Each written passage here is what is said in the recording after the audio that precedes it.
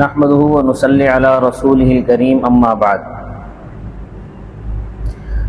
مدینہ منورہ پہنچ کر رسول اللہ صلی اللہ تعالی علیہ وسلم نے 2 خطبے ارشاد فرمائے۔ پہلا خطبہ، اس کا ترجمہ ہے، فرمایا اما بعد، اے لوگو، تم اپنی جانوں کے لیے آگے اچھے اعمال و اموال بھیجو، اور اس بات کو سمجھ لو کہ ایک دن ایسا بھی آنے والا ہے کہ انسان موت کے وقت بے ہوش ہو جائے گا، پھر مر جائے گا، اپنی بکریوں کو اس حال میں چھوڑ دے گا کہ کوئی شخص ان کو چرانے والا نہ ہوگا،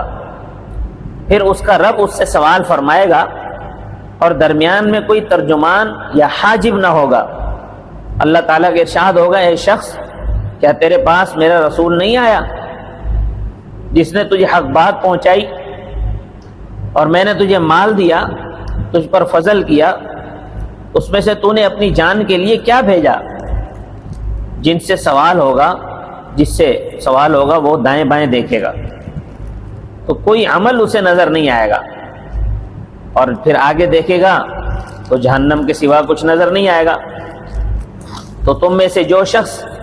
اپنی جان کو دوزخ سے بچا سکتا ہو بچا لے، اگر کھجور کا آدھا ٹکڑا ہی اللہ کے لیے خرچ کرے، اور جس کے کچھ بھی نہ ہو تو اچھی بات ہے بول دے، جس سے سامع کا دل خوش ہو جائے، اور جس کے پاس کچھ بھی نہ ہو تو وہ اچھی بات بول دے، اس کو جھڑک نہ دے، کیونکہ ایک نیکی کا بدلہ کم از کم 10 گنا بڑھا کر دیا جاتا ہے، اور 700 گنا تک بڑھا دیا جاتا ہے۔ والسلام علیکم علی رسول اللہ ورحمۃ اللہ وبرکاتہ۔ یہ پہلا خطبہ آپ صلی اللہ علیہ وسلم نے مدینہ پہنچ کر ارشاد فرمایا۔ پھر اس کے بعد آپ صلی اللہ علیہ وسلم نے دوسرا خطبہ بھی ارشاد فرمایا۔ دوسری بار آپ نے ایک اور خطبہ دیا، اس کا ترجمہ یہ ہے کہ بے شک سب تعریفیں اللہ تعالی ہی کے لیے ہیں، میں اسی کی تعریف کرتا ہوں، اسی سے مدد مانگتا ہوں۔ ہم اللہ کی پناہ لیتے ہیں اپنے نفسوں کے شرور سے اور اپنے اعمال کی برائیوں سے، اور جسے اللہ ہدایت دے اسے کوئی گمراہ کرنے والا نہیں ہے، اور جسے اللہ گمراہ کرے اسے ہدایت دینے والا کوئی نہیں۔ اور میں گواہی دیتا ہوں کہ اللہ کے سوا کوئی معبود نہیں، وہ تنہا ہے،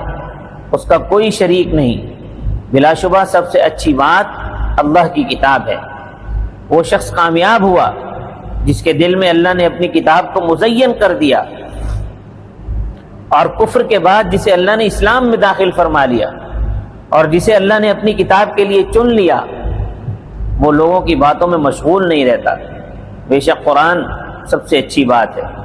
سب سے زیادہ دلوں میں اثر کرنے والی ہے۔ جو اللہ سے محبت کرے تم اس سے محبت کرو، اپنے دلوں میں اللہ کی محبت بٹھاؤ، اور اللہ تعالیٰ کے کلام سے اور اس کے ذکر سے ملول یعنی تنگ دل نہ ہو جاؤ، تمہارے دلوں میں اللہ کے ذکر کی طرف سے سختی نہ آئے، یعنی دل غافل نہ ہو جائے۔ اللہ تعالیٰ اپنے بندوں میں سے چن لیتا ہے، اس نے کلام اللہ اور ذکر اللہ کو بہترین اعمال بتایا ہے، اس نے کلام اللہ کو اور اچھی بات کو اپنے بندوں کے لیے منتخب فرما لیا ہے، اور جو لوگ اپنی زندگی میں کام کرتے ہیں اس کی تفصیل بتا دی ہے، کیا حلال ہے کیا حرام ہے۔ سو تم اللہ ہی کی عبادت کرو، اس کے ساتھ کسی چیز کو شریک نہ بناؤ، اور اللہ سے ڈرو جس طرح ڈرنے کا حق ہے، اور جو باتیں تم کرتے ہو ان باتوں میں نیک باتوں کو اختیار کرو، اللہ تعالیٰ سے سچا معاہدہ اور معاملہ کرو۔